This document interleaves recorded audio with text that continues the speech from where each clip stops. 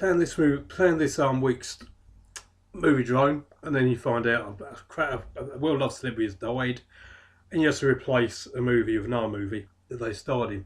This won't be the first time it's happened. Won't be the last, obviously, but I had to do this one because of Burt Reynolds. R.I.P. Burt Reynolds. I thought it'd be quite appropriate to do The End from 1978 as Moviedrone's introduction for a lot of people to this movie. It was my introduction to this movie. I literally only saw this movie today. I was meant to watch it last night for the first time. Watched it today. I took a big risk because I had no time to plan anything. I just took a big risk and watched The End. Quite appropriate because I've never seen a movie because of what's happened to Burt Reynolds. It was quite an appropriate movie to end on, especially since he directed it. I wrongly said in a link when I was asking for people to help me to find a copy of The End to review for to open for Moviedrone, and I managed to find a copy of a friend. So thank you, sir. But the movie itself is very dark. It's a light-hearted screwball comedy, but at the same time a very dark, blackly humorous comedy. Kind of mixed together. It's like a screwball comedy and a dark comedy smashed together in a car crash. This is the movie that came out of it. Does that make any sense?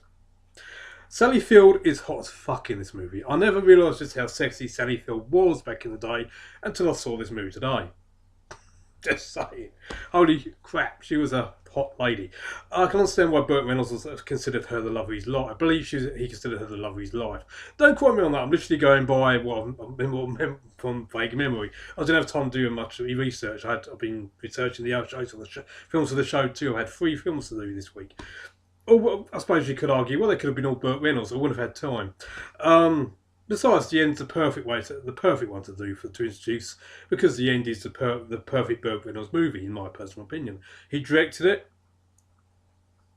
Anybody would say that Burt Smoking the Bandit. Why not Smoking the Bandit? Why not do that? Because Smoking the Bandit's way too popular. A large percent of his filmographies will be considered popular. The End, nobody talks about. And there's a particular reason why. It's because it's so dark and quirky and weird and Roadrunner cartoony as well. Everything's mushed together in this movie. Don DeLuise is guaranteed that man did not have a script. Guaranteed that man did his own thing, just like I do when I'm doing these shows. Guaranteed he was doing his own thing. He was doing Don DeLuise the entire time in all these scenes. But thank goodness his chemistry with Burt Reynolds is so good, and they also were close friends in real life. I'm assuming here, going by how they played, bounce off so well to each other in this movie. Burt Reynolds as a straight man, Don DeLuise as the crazy person. Homicidal crazy person, it has to be said. He actually plays a homicidal maniac in this movie, which is just adds to the weird humour this film has. He doesn't actually kill someone. He does try to kill Burt Reynolds a number of times though, but Burt Reynolds wants to die, which just adds to the humour, to the black humour that adds it to the screwball comedy where someone wants to commit suicide. Most of the movie, Burt Reynolds is trying to commit suicide.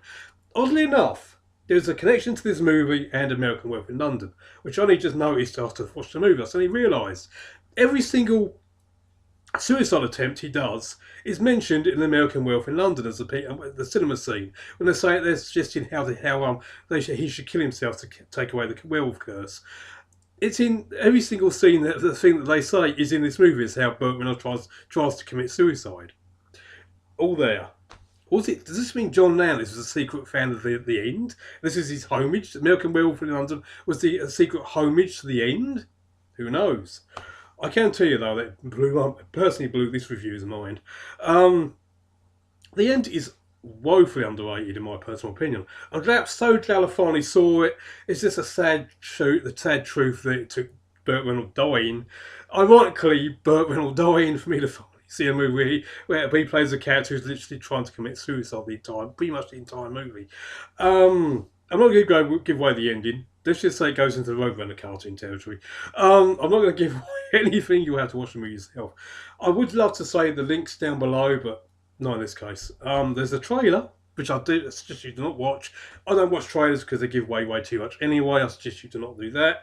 I suggest going around seek out the end and find out for yourself why Burt Reynolds with such talent. And anyone, remember he directed this, and I've said that the third time now.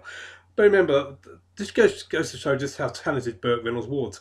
In anyone else's hands, I honestly think the end would not have worked as well as it does. At least to me. But the end should not work. It's awful. The subject matter is awful. The comedy is awful. The script is awful, and so on and so on and so on.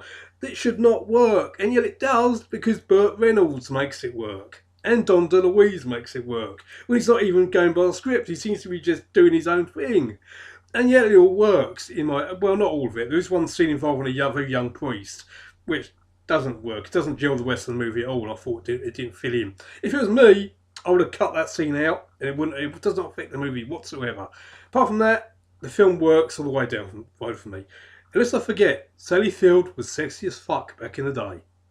Which means I don't care what Burt Reynolds. If Burt Reynolds was tapping that, he had a very, very, very cool life, and for that alone, R.I.P. Burt Reynolds. At the same time, well, you had nothing. If you're tapping Sally Field, isn't it? When she looked like that, you have nothing to complain about.